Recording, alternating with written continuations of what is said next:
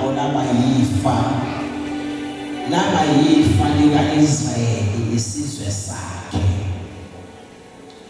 The Lord gave them their land as a heritage to Israel, his people. Wabanika izwe labo, izwe u-Israyeli isizwe sakhe.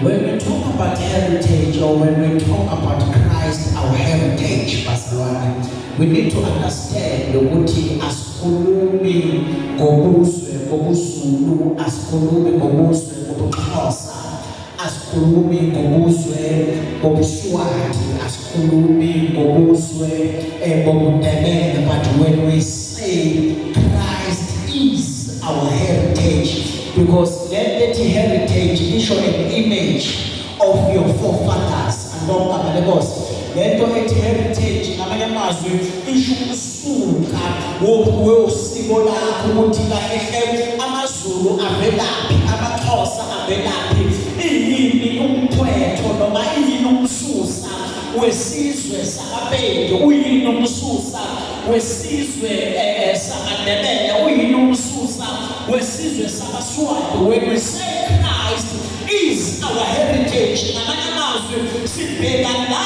esazalwa khona ngokwensindiso, noma sibheka la esazalwa khona ngoba kuzalwa ubaba wami umSwati, umama umZulu, ngoba kuzalwa kahle ngegeni elithi umSwati. Ingakho size sithi abantu bakashabalala abaSwazi, because i-origin yabo ivela eSwazini. Ikhona bazalwane. Ingakho abantu abamaXhosa sithi origin yabo ivela kaXhosa, ivela Eastern Cape. Abantu abamaZulu sithi origin yabo ivela kaNongoma eNyokeni. So uma unobuzwe noma uma uwumuntu kufanele kube khona isigodlo, noma kufanele kube khona indawo la obhilonga khona, kufanele khona indawo la okhanga khona. Awukwazi ukukhamba usuwumuntu njengesilwane, ngoba nesilwane naso sinayo origin yakho. Izinja zinakhona zonke kodwa zihlukene. Kukhona ama-boxer, kukhona ama-German Shepherd, kukhona ama-pitbull, kukhona ama-American pitbull. Noma zizinja sizonke but i-origin iyahluka. Ngamanye amazwi noma singabantu kodwa i-origin iyahluka. Ingakho la endlini kukhona umXhosa, kukhona uMpedi, kukhona umSwati, because i-origin iyahluka. Noma singabantu bonke but i-origin iyahluka. Alibonge igama lenkosi. So noma besesikholwa silisiwe, ne-origin iyahluka. Alibonge igama lenkosi. Noma sesikholwa sesilisiwe, the origin differs. Ngenxa yokuthi siya-understand ukuthi when sithi Christ is our heritage, leli gama elithi Christians lisho Christ-like. Alibonge igama lenkosi. Leli gama bazalwane elithi Christians lisho Christ-like, ukufana noKristu. Ikhona bazalwane? Ukufana nani? Ukufana noKristu. Ingahlala phansi. Ukufana nobantu bazalwane? noKristu. Okusho ukuthi uma sihamba sesikholwa silisiwe, kufanele uKristu kubonakale kithi singakakhulumi.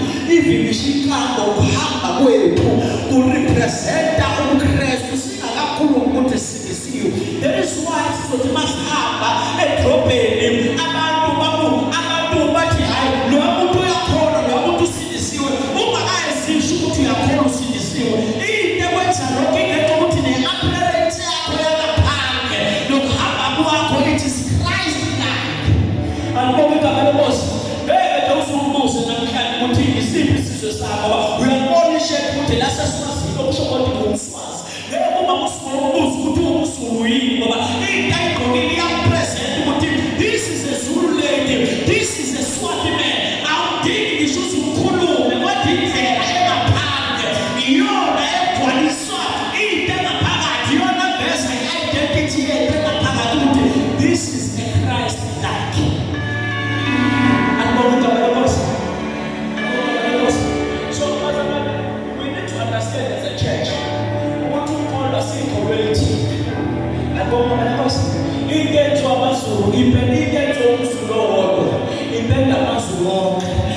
kuzothiwa ngiyabona amazulu kanjani intenzo umswati eyedwa kuzothiwa ngiyabona amaswati kanjani intenzo umxhosa eyedwa kuzothiwa ngiyabona amaxhosa kanjani kanjalo nathi bazalwane kuzothiwa ngiyabona amaKristiyan ngiyabona amaKristu ukuthi kanjani uma singeke senze okwentando kaNkulunkulu ngaso sonke isikhathi kumele siqikelele bazalwane ukuthi we are Christ-like ngihamba njengoKristu ngidla njengoKristu ngikhuluma njengoKristu ngoba yena he is my heritage angibheke masukwini angisaye umsamo ngiyophahla kodwa manje umsamo esedwawo umsamo we-altare laphezulu angisayi kwabaphansi kodwa sengiya kwabaphezulu angisayi kwabadala sengiya kwamakhosi aphakeme ngiya kwinkosi yamakhosi ungikhona umdala kulezinsuku uJehova Shama uMikadeshi uAdonayi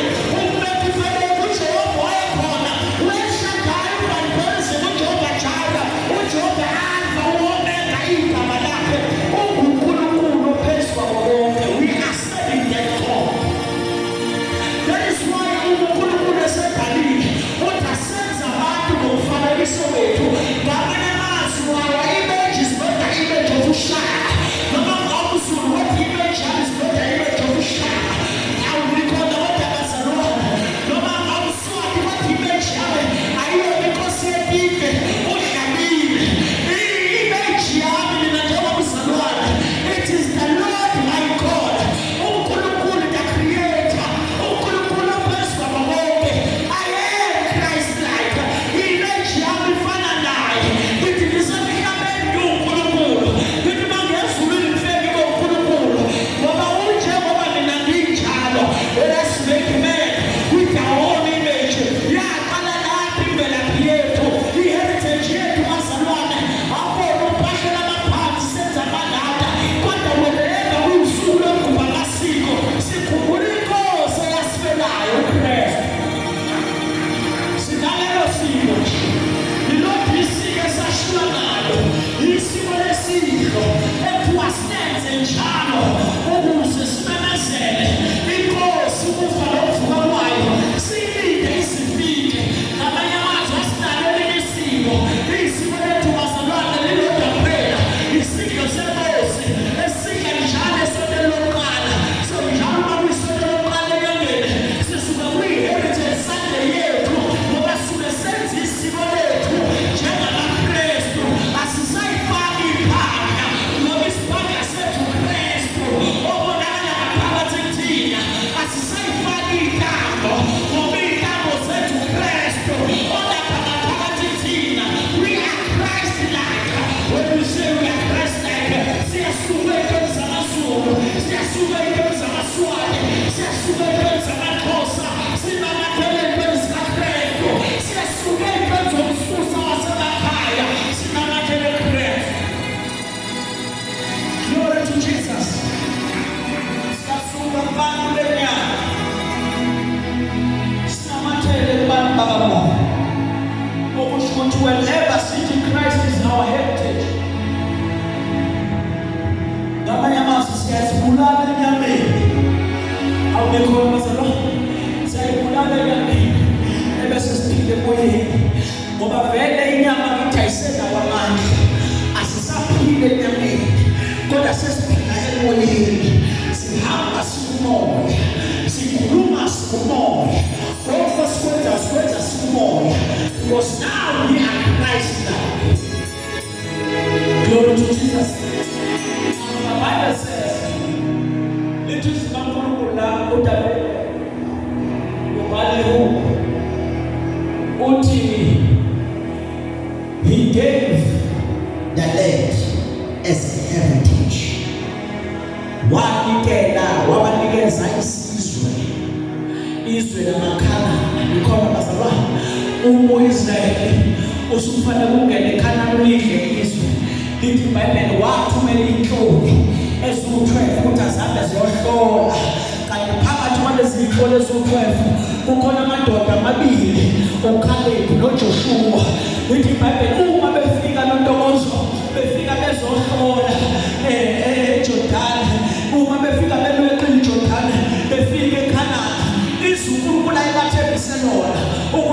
ojulile obisi izwe elithithimba ubisi azobusa lelizwe lithi iBhayibheli the problem was uthi walibona makusibo nobisi balibona kodwa inkinga ebonene izinto abathenjiswe zona kunama-giants kulelizwe kunabantu abade kunabo kunabantu abakhulu kunabo kunabantu abangaphezulu kunabo kunabantu abanamandla kunabo kunabantu abanemali kunabo kunabantu abangcono kunabo kodwa kusho lokho ukuthi noma bekhona abanye abade kunabo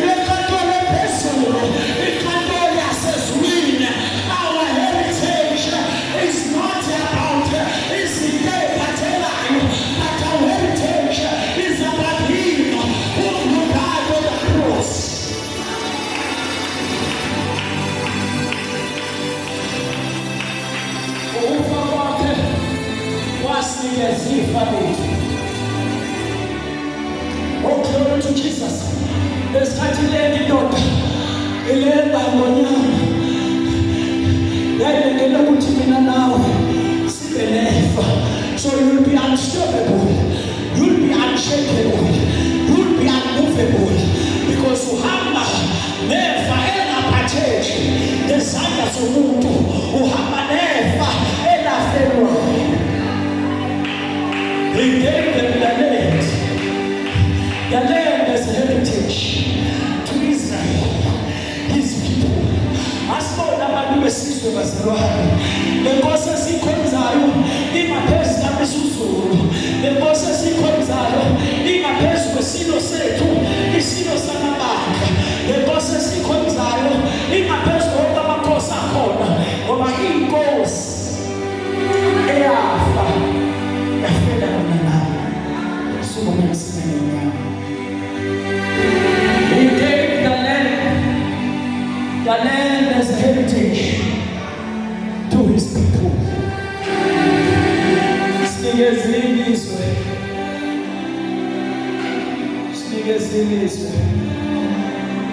I want us to raise up our hands. I want us to raise up our hands. There is a limit after all. But I want us to thank him.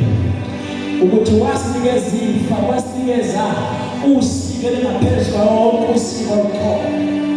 Njengoba ngiwa ebukhosini yemhlaba nje, iy'ngane zihamba ziye ebukhosini yemhlaba, zihamba ehlolwa. Kukhona ohlolana kangcono kunesakwazi.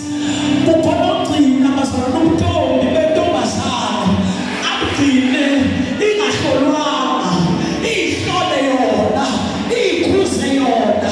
Kukhona ogcina umtsizwa phakathi kwensizwa wehluke, ngoba wembathisana ikharetha yokuthoba, wembathisana ikharetha yomntwana, uhamba uhlukile phakathi kwabanye abafana.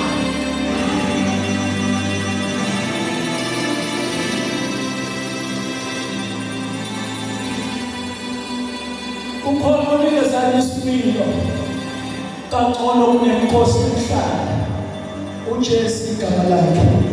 Ifuna sibambe izandla zethu and make a crazy worship and make a crazy praise unto him.